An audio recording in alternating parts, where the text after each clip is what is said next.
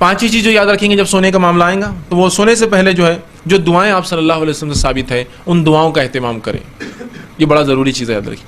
یہ دعاؤں کا اہتمام اس لیے بھی ضروری ہے کہ اللہ رب العزت قرآن میں فرماتا ہے کہ ہم ہر رات جب انسان سوتا ہے تو تمہاری روحوں کو اپنے پاس بلا لیتے ہیں. جب ہم انسان سوتا ہے تو ہماری روحیں جمع ہو جاتی ہیں, اور کچھ کی لوٹا دیتے ہیں اور کچھ کی نہیں لوٹاتے, تو بہت سے لوگ موت میں نیند میں مر جاتے ہیں. تو نیند جب آپ سونے جا رہے ہیں تو یہ سوچ لیجئے کہ اگر میں نہ اٹھوں اس نیند سے تو پہلے سے پوری تیاری ہو جائے کہ اگر نیند میں چلا بھی جاؤں, مر بھی جاؤں, میری اگر موت لکھی بھی ہے تو کم از کم تیاری سے جاؤں.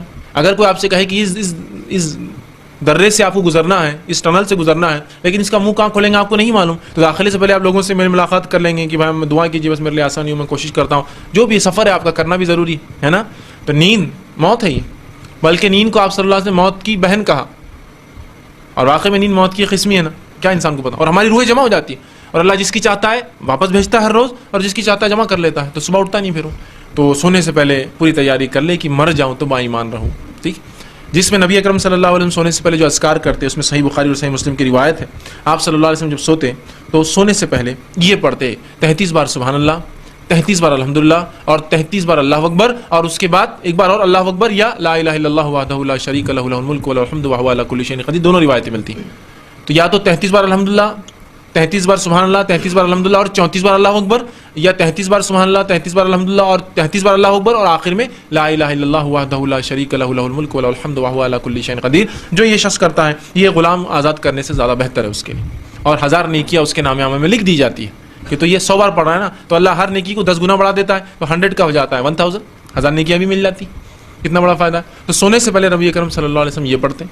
اسی طرح سونے سے پہلے آپ صلی اللہ علیہ وسلم کے تعلق سے آتا ہے کہ آپ اللہ کی حمد و ثنا میں بہت ساری صورتیں پڑھتے ہیں. سورۃ الفاتحہ پڑھتے ہیں, اسی طرح جو ہے سورہ ملک پڑھتے ہیں, تبارک الذی بیدہ الملک کو, ٹھیک ہے, سونے سے پہلے. اسی طرح نبی اکرم صلی اللہ علیہ وسلم سونے سے پہلے آیت الکرسی پڑھتے ہیں, اور آیت الکرسی کی فضیلت تو آپ نے یہ بتائی. جو شخص آیت الکرسی پڑھ لیتا ہے تو ایک بار ایسا جس کو عادت سمجھیے, ایک فجر کیا ظہر میں پڑھتا ہے, ظہر کے اثر میں پڑھتا ہے, اثر کے بعد مغرب میں پڑھتا ہے, تو جو ایک بار پڑھ لیتا ہے اور جس کا عادت ہے اگلی بار تک, تو اگلی بار تک کے لیے اس کے لیے کافی ہو جاتی ہے. وہ مطلب کہ جیسا فجر میں پڑھنے آدمی 5 وقت نماز میں سوتے وقت پڑھنے کا عادی ہے, تو اگر میں فجر میں پڑھ رہا ہوں اور ظہر تک مر جاؤں تو میرے لیے کافی ہے آیت الکرسی پھر.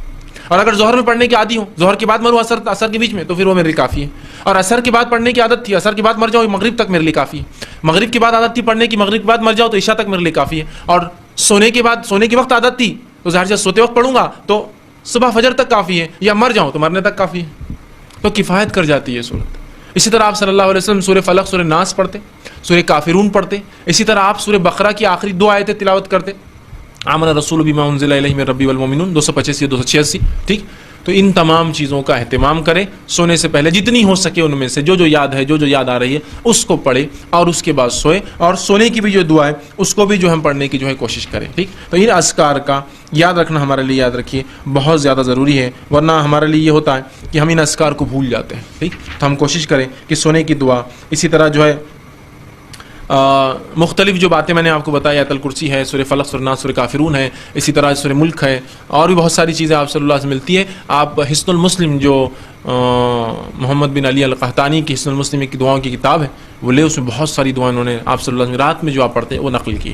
ٹھیک, اسی طرح سونے کے وقت کی جو دعائیں ہیں, اور بھی بہت دعائیں ثابت ہیں سونے کے وقت کی, مطلب کئی ہیں آپ سمجھو پڑھتے, اور کئی دعائیں ہیں جو آپ سے منقول ثابت ہے, چھوٹی اور بڑی سب. کوشش کریں اس میں سے جو آپ کو میسر و آسانی ہو پڑھ کر آپ سوئیں. ٹھیک, اسی طرح